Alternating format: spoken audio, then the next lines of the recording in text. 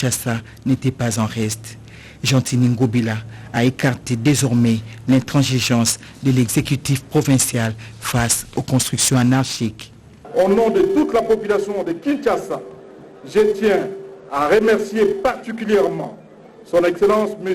Félix Antoine Tshisekedi Tshilombo, chef de l'État, qui n'a aménagé aucun effort pour descendre personnellement sur le lieu afin d'essuyer les larmes des familles et ordonner lui-même toutes les dispositions utiles à prendre pour les victimes et leurs familles. Ces remerciements s'adressent également à son Excellence Monsieur le Premier ministre, chef du gouvernement. Les images en disent plus. Le gouvernement a tenu sa promesse d'organisation des obsèques dignes à ses compatriotes péris dans un drame inattendu. Un autre temps fort de ces funérailles a été le dépôt de la couronne des fleurs par le Premier ministre et chef du gouvernement Jean-Michel Samalukonde Kyenge devant l'ensemble des dépouilles mortelles, suivi de toute la délégation gouvernementale. Étape qui a précédé la consolation des familles des victimes, comme pour dire « j'ai compati à votre douleur ». Les familles ont reconnu les efforts du gouvernement dans l'organisation des obsèques, acte qui a valu les remerciements au chef de l'État Félix Antoine Tshisekedi Tshilombo et au gouvernement Sama. C'est autour des 13 heures que les corbières chargés de douleurs ont pris la direction du cimetière de Mingadi pour le repos éternel de ces victimes. Pleurs, tristesse, constellation, ce sont là les maîtres mots de l'ambiance des douleurs qui règne ici au stade de Vélodrome de Kintambo. Il s'agit de funérailles de 26 personnes qui ont trouvé la mort lors du drame de Matadi Kibala. Et le Premier ministre et chef du gouvernement, comme au jour de la tragédie, a fait les déplacements pour rendre un dernier hommage à ses dignes fils et filles du pays. Il est à la tête d'une forte délégation gouvernementale. Depuis le stade de Vélodrome de Kintambo, Pati Tondo Kizunda et bienvenue Lusala pour la radio-télévision nationale congolaise. Repos éternel aux illustres disparus. Dans la suite de l'actualité, ça fera environ 2 mois que la République démocratique du Congo vit sous les restrictions de la 4e vague de coronavirus, une pandémie qui continue à frapper le monde. Aujourd'hui, le docteur Mouyembe, coordonnateur du secrétariat technique à la riposte contre la Covid-19, a fait le point sur la situation de cette maladie au pays. Lopez Kakuba. Situation Covid-19 en République démocratique du Congo, la vaccination reste une préoccupation majeure afin de mettre un terme à cette pandémie, a dit le professeur Jean-Jacques Mouyembe, coordonnateur du secrétariat technique de la riposte, lors de son point de presse hebdomadaire le 9 février à l'INRB. Nous sommes plutôt confiants que la pandémie est sous contrôle, n'est-ce pas, dans notre pays. Le seul couac, c'est la vaccination. La vaccination reste une préoccupation majeure pour les secrétariats techniques et il faut absolument que le programme élargi de vaccination augmente sa performance en ce qui concerne la vaccination de la population. Les mesures comme le couvre-feu, les mesures comme la fermeture des bars ou des boîtes de nuit, etc., ça on peut les assouplir, mais nous devons renforcer la vaccination. À mon avis, tous les ronds-points Victoire, la place Sainte-Thérèse, Andjili, etc., qu'on mette ces vaccinodromes et qu'on invite la population à se faire vacciner. Malgré que le variant Omicron est en voie de disparition, l'équipe de la riposte reste préoccupée par les faibles taux de vaccination. Sur la route nationale numéro 5, axe Kalemi-Lubumbashi, l'office de route s'active à réhabiliter ce tronçon de 60 km de distance. Une mission mixte office de route et le bureau technique de contrôle a inspecté ces travaux qui ont débuté depuis octobre dernier. Reportage. C'est un ouf de soulagement pour les populations vivant le long de la route nationale numéro 5. L'axe routier Kalemi-Lubumbashi se transforme grâce aux travaux de réhabilitation exécutés par l'Office de route. Le directeur général de l'Office de route, l'ingénieur Herman Mutima Sakrini, qui suit de près l'évolution des travaux, tient au respect du délai imparti pour la fin des travaux. Une délégation mixte, Office de route et Bureau technique de contrôle, a inspecté les travaux dernièrement. L'on note une bonne évolution des travaux, rassure le directeur provincial de l'Office de route. C'est notre deuxième inspection que nous sommes venus voir pour essayer de voir comment est-ce que les travaux sont réalisés en régie et avec nos amis de BTC qui sont en train de faire le contrôle. Nous venons de voir que les travaux évoluent très bien et d'ici un mois nous allons finir tous ces travaux. La réhabilitation de la RN5 est d'une importance capitale car elle permettra l'évacuation des produits de champ vers le centre de consommation. Au point de vue de la réalité du terrain, ce n'est pas un travail que nous voyons de l'entretien, c'est plutôt un travail de la réhabilitation parce que l'état de la route était vraiment à l'état de dégradation presque totale. Les travaux, ça évolue bien. Il faut également s'attendre à des échanges commerciaux avec les provinces de Tanganyika et celles du Haut-Katanga et aussi au développement socio-économique. On ne voit plus des engins sur le site, plutôt sur l'avenue Kimwenza et le rond-point Victoire où s'effectuent les travaux de réhabilitation de cette partie de la chaussée. Nos reporters ont fait le déplacement sur le lieu pour savoir le quid de l'avancement de ce travaux. Le Premier ministre Jean-Michel Samalou Kondé a lancé dernièrement les travaux de l'opération Kinshasa Zéro Trou. Plusieurs acteurs de Kinshasa étaient ciblés dans l'avenue Kimwenza qui part de l'avenue Victoire Kalamou jusque dans la commune de Makala. Constat malheureux, plusieurs mois, les travaux sont arrêtés et aucune information sur les causes de l'arrêt des travaux. Les jeunes de Kalamou sont partis rencontrer le bourgmestre pour en savoir plus. Nous avions reçu la visite surprise de parlementaires debout de la FUNA, conduite par les responsables.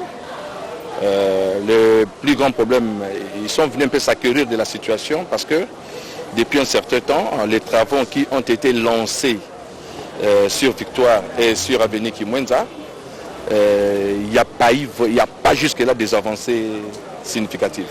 Raison pour laquelle, en tant que population, ils sont venus pour s'enquérir de la situation, en savoir plus. Et on a parlé, tout s'est passé vraiment dans la paix, dans le calme. Ils ont été édifiés, éclairés et puis ils sont rentrés. Donc c'était ça. Mais il n'y a pas eu des ordres, il n'y a pas eu ceci, cela. Non. Tout s'est passé vraiment dans le calme. Mais c'est peu de comprendre. Hein.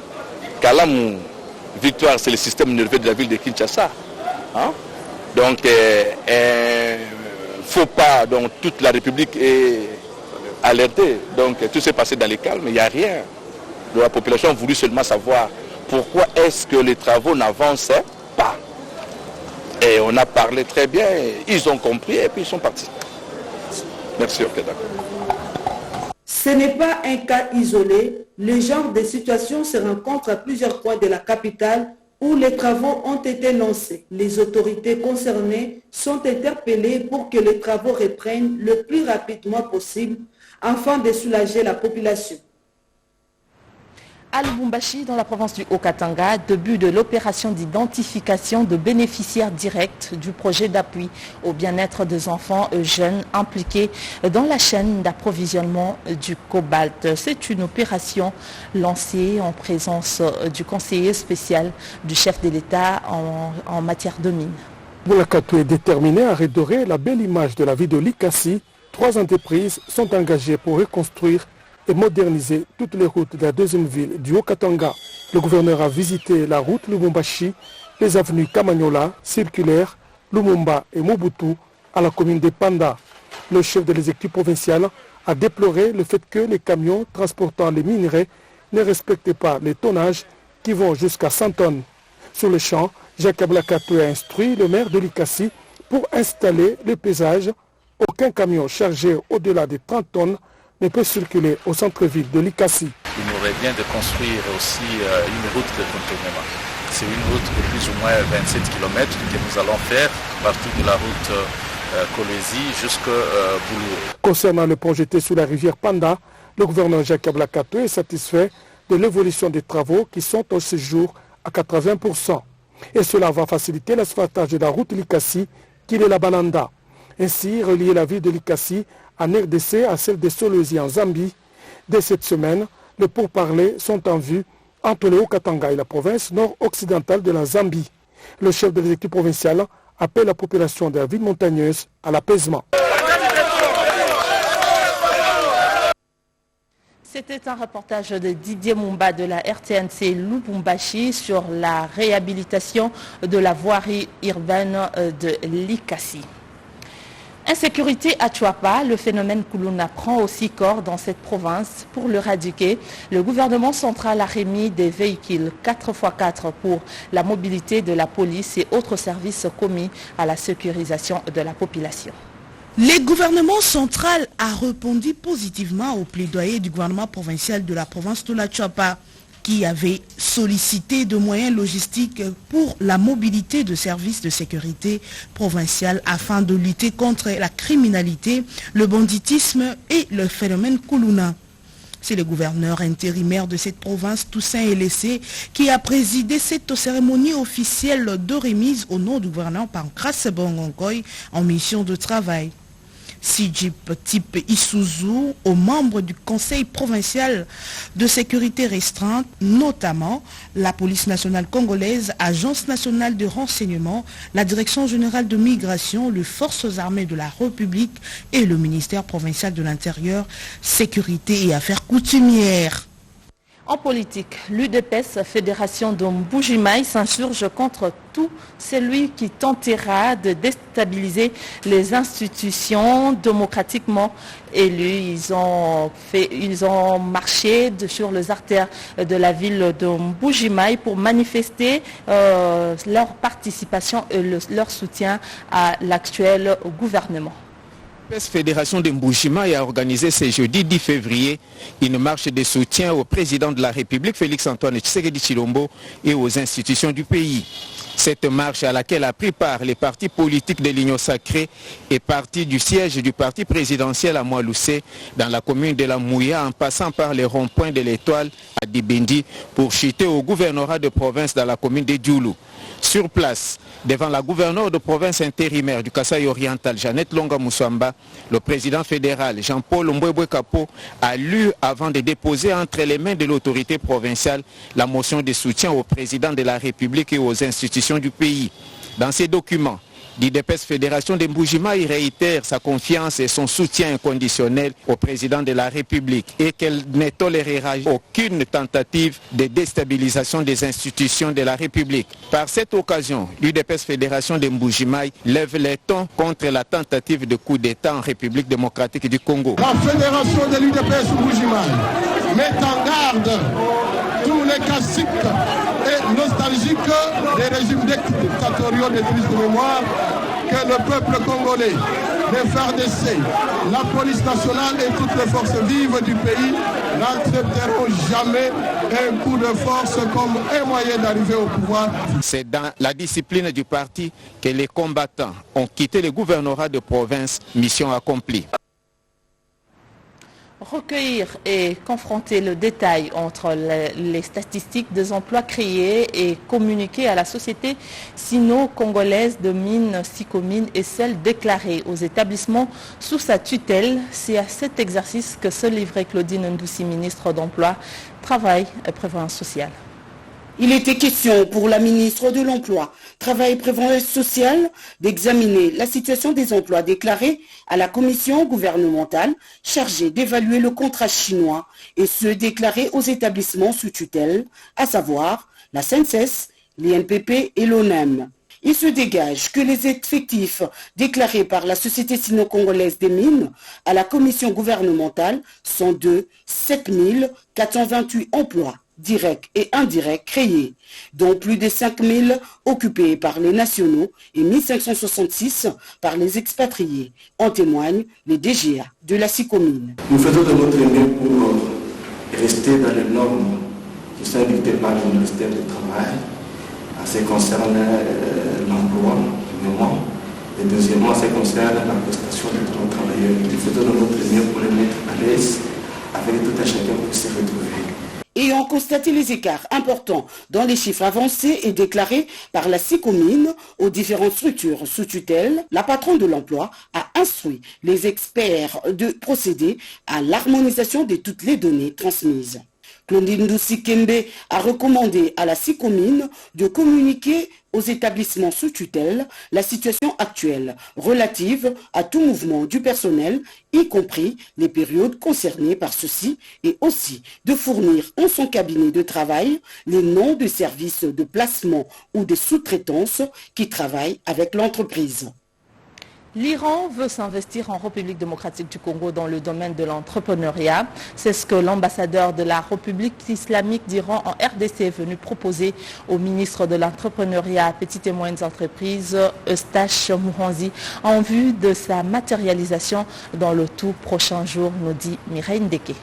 Au cours de cette audience, le diplomate iranien Mohamed Jafad Shariati a présenté au ministre d'État en charge de l'entrepreneuriat, petites et moyennes entreprises, maître Eustache Mouhanzi Mombembe, les domaines de coopération qui peuvent être développés avec le ministère de l'entrepreneuriat, petites et moyennes entreprises, notamment le start-up, l'artisanat, ainsi que la possibilité de créer des parcs industriels pour booster l'économie de la RDC et renforcer la coopération bilatérale entre les deux pays.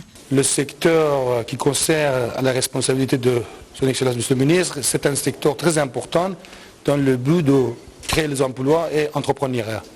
C'est pour cela que nous avons beaucoup d'expérience, nous avons beaucoup de possibilités et capacités afin d'accompagner la RDC pour l'entrepreneuriat et création des emplois à travers les start-up et d'autres sujets intéressés. Le sujet, ça concerne le parc industriel, les zones économiques spéciales et aussi la question de formation et transfert de l'expérience de la partie iranienne au profit des jeunes. En outre, les deux parties ont évoqué l'intérêt de signer un mémorandum d'entente pour matérialiser la volonté des deux États à intensifier des opportunités de coopération dans les domaines précités, sachant que la RDC pourrait tirer profit de l'expérience iranienne dans l'organisation de coopératives, la création d'emplois et le développement économique. Il y a lieu de signaler que cette rencontre a eu lieu au moment où les deux pays célèbrent les 50 ans de leur coopération bilatérale. Encore dans le domaine de coopération, cette fois-ci avec le groupe Humber System qui veut réhabiliter les locaux de la Poste dans l'ensemble du territoire national. La délégation de cette entreprise s'est entretenue avec le ministre de Poste, Téléphone, Nouvelles Technologies de l'Information et de la Communication, Augustin Kibassa Maliba, sur la faisabilité. En reportage de Nono Mansikou. La rénovation des bâtiments de la Poste dans tous les 145 territoires de la République démocratique du Congo pointe à l'horizon.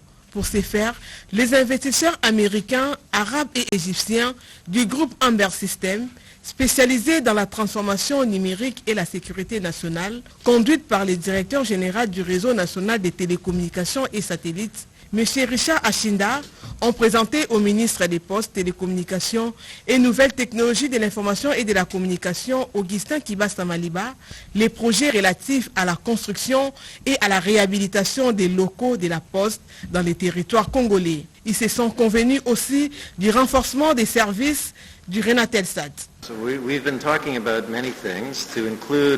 Nous avons plusieurs offres pour les payer, comme par exemple l'intérêt de télécommunications et plusieurs d'autres. Nous travaillons avec la sécurité nationale juste pour mettre sûr que les informations d'Internet sont très sécurisées et que personne ne dépasse une telle limite. Leur offre s'articule sur la conservation des données, un système cloud, et puis la sécurisation des données. Et donc, on peut, par leur système, localiser en temps réel et à tout moment toute activité dans le réseau. Bien avant cela, les experts du ministère des PTNTIC, ceux du Renatelstat et la délégation du groupe Amber ont eu une séance de travail afin d'étudier des voies et moyens pour concrétiser les partenariats entre les deux parties. Après les assises de la COP26 à Glasgow, la société civile de la RDC lance de travaux stratégiques pour la protection de forêts tropicales, climat et droits de peuples autochtones pygmées. Un atelier organisé par l'ONG Cercle pour la défense de l'environnement. Reportage Marie-Kalangui Guézia. Monseigneur Mouzéiroy du Cercle culturel Boboto dans la commune de la Gombe a servi de cadre au lancement de l'atelier stratégique post-COP26 de la société civile et des confessions religieuses pour la protection des forêts tropicales, du climat et des droits des peuples autochtones pygmées dans la CDN, contribution déterminée au niveau national. Durant 4 jours, les participants essentiellement issus de la société civile environnementale, du groupe de travail Climat RED et des confessions religieuses vont entre autres réfléchir sur les informations actualisées du contexte politique de la contribution nationale déterminée CDN en RDC, bilan et perspectives et post-COP26 de la feuille de route de la société civile de 2021 et des autres processus en cours, APV, réforme forestière, CAFI RDC, etc. Réfléchir sur la visibilité des actions de la société civile et des confessions religieuses pour la CDN, pour ne citer que ses objectifs. Le coordinateur de l'ONG CDN, Cercle pour la défense de l'environnement, Barthélemy Boïka-Mahambi, parle de ses attentes par rapport à cet atelier stratégique. Nous, en tant que société civile, nous sommes en train de mobiliser la société civile en tant qu'une composante majeure au niveau national pour mettre en place une stratégie de participation et d'intervention pour pouvoir accompagner ces processus de contribution déterminés au niveau national. A noter que cet atelier refermera ses portes sur des bons auspices, notamment l'élaboration de la stratégie de la société civile et des conférences religieuses pour mettre en œuvre la contribution déterminée au niveau national de la RDC. Lancement de la consultation nationale de la jeunesse par le ministre de la Jeunesse pour doter cette partie, plutôt cette catégorie de la population d'une feuille de route pour les actions futures. Oscar Mbal et Rodé Panda pour le reportage. Le siège du Conseil national de la jeunesse va vibrer au rythme de consultation nationale de la jeunesse congolaise, toutes tendances confondues, lancées depuis le 7 février dernier. Toutes les couches passent tour à tour pour être consultées par le numéro 1 de la jeunesse congolaise, William Mukambila. Objectif, récolter les avis et considérations des associations, mouvements et ONG afin d'élaborer le plan national de la jeunesse à soumettre au chef de l'État. Notre présence ici, chez le président du Conseil national, c'est pour lui présenter notre cahier des charges, parce que nous avons remarqué qu'après avoir formé ces jeunes-là, ils ont des produits, mais ils n'ont pas de marché. Après les présidents des ligues, des partis politiques, personnalités, jeunes, députés, Filimbi, personnes vivant avec handicap, c'est le tour du ministre national de la jeunesse, Yves Bunkoulou, d'encourager le Conseil national pour ses assises. Encourager à toutes les structures de jeunes en République démocratique du Congo, que ce soit à l'intérieur du pays et à Kinshasa, de pouvoir participer massivement à ces consultations. Comptons sur ces consultations pour que nous puissions actualiser également notre réponse aux problèmes des jeunes. Il s'est de noter qu'après l'étape de Kinshasa, une tribune d'expression populaire des restitutions sera organisée avant la tournée en province. L'UNICEF a visité les différentes réalisations de projets de renforcement du système communautaire en République démocratique du Congo.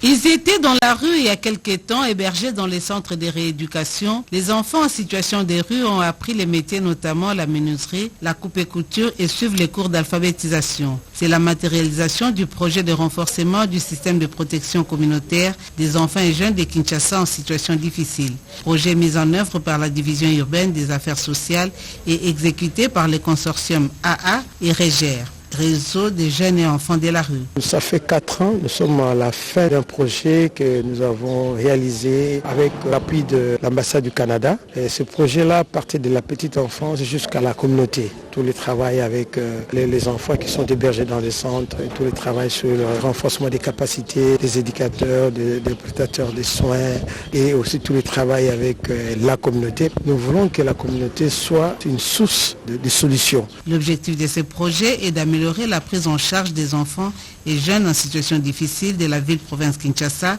à travers un meilleur accès aux services sociaux de base. La ministre provinciale des Affaires sociales, qu'accompagnait la bourgmestre de Kitambo, sont allés visiter les différents centres. On a vu les travaux des enfants. Vraiment, cette organisation fait du bas âge jusqu'à l'adulte, c'est quelque chose. Imaginez-vous, on les prend tout petits jusqu'à devenir des hommes alors utiles à la société. Nous avons vu des menuisiers, donc c'est quelque chose d'encourageant. En collaboration avec le gouvernement provincial et les organismes qui les aident, il y a de quoi vraiment apporter un soutien durable.